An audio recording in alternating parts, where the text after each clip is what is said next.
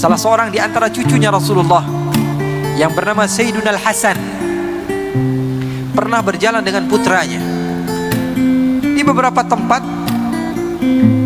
dia berjumpa dengan orang pedalaman yang benci kepada keturunan Rasulullah, karena keturunan Rasulullah ini dibenci dari semenjak zaman dahulu, bukan sesuatu yang baru. Sampai Allah katakan dalam Al-Quran, inna syani'aka huwal abtar, sesungguhnya orang yang mengatakan kamu tidak memiliki keturunan wahai Muhammad, dialah yang tidak memiliki keturunan. Padahal ada di dalam Al-Quran. Loh, memangnya keturunan Nabi masih ada? Ada saja yang bertanya seperti itu. Kalau di dalam Musnad Al-Imam Ahmad bin Hanbal, Nabi Muhammad bercerita bahwa Imam Mahdi nanti di akhir zaman akan diutus oleh Allah Subhanahu wa ta'ala sebagai penyelamat kepada umat. Kata Rasul, dan dia dari keturunan saya. Sekarang pakai akal. Kalau nanti di akhir zaman ada keturunan Nabi, terus nongolnya dari mana kalau sekarang gak ada keturunan Nabi? Fahami teks hadis Rasulullah, kemudian gunakan akal kalian. Kalau Nabi Muhammad mengatakan nanti di akhir zaman ada seorang imam yang bernama Imam Mahdi, dia namanya seperti nama saya, nama ayahnya seperti nama ayah saya, dan dia termasuk daripada keturunan saya. Kalau di dalam hadis dikatakan Imam Mahdi keturunan Nabi, munculnya dari mana kalau sekarang gak ada keturunan Nabi? Apa tiba-tiba muncul begitu lahir? Paham atau tidak?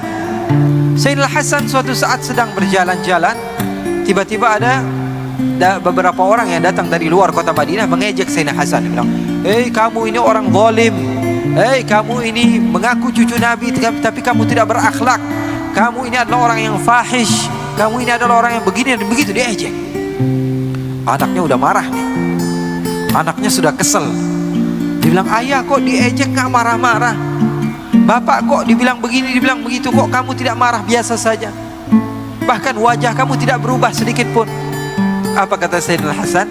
Beliau mengatakan, saya pengen jawab, tapi kakek moyang saya dari semenjak dahulu tidak mengajarkan saya cara untuk berkata-kata kotor, sehingga saya tidak tahu kata-kata kotor. Untuk mengatakan sesuatu yang kotor saya tidak tahu, karena saya tidak diajarkan oleh orang tua saya. Subhanallah. Nabi Isa alaihissalatu wassalam, satu kisah yang menarik, kalian pegang, kalian ajarkan kepada keluarga kalian, jangan kalian lupakan. Nabi Isa alaihissalatu wassalam pernah suatu saat sedang berjalan. Ketika beliau berjalan, tiba-tiba ada sebagian orang yang mengejek Nabi Isa. Dikatakan, wahai Isa kamu ini penjahat, wahai Isa kamu ini perusak dunia, wahai Isa kamu ini adalah orang yang tidak benar.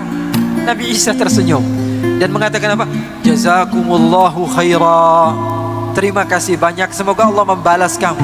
Dia ejek lagi, kamu pembohong, wahai Isa kamu pendusta. Ingat kisah ini, ajarkan kepada keluarga kalian.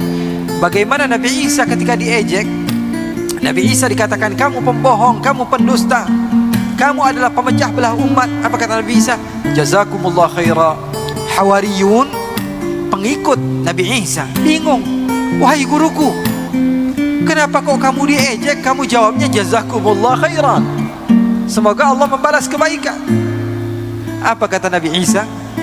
Huwa yukhriju ma induh wa ana ukhriju ma indi. Apa kata Nabi Isa? Dia ini, orang-orang yang jahat ini, dia mengeluarkan apa yang ada di hatinya. Hatinya kotoran semua, yang keluar dari lidahnya apa? Kotoran juga. Saya cari-cari di hati saya, kotoran ada atau tidak? Tidak keluar dari hati saya kecuali apa? Jazakumullah khairan. Maka itulah yang keluar dari lidah saya. Paham atau tidak?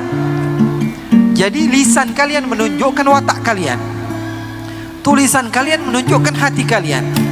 Semakin kotor kata-kata yang kalian keluarkan, semakin menunjukkan kapasitas hati kalian di dalam keimanan kepada Allah Subhanahu wa ta'ala.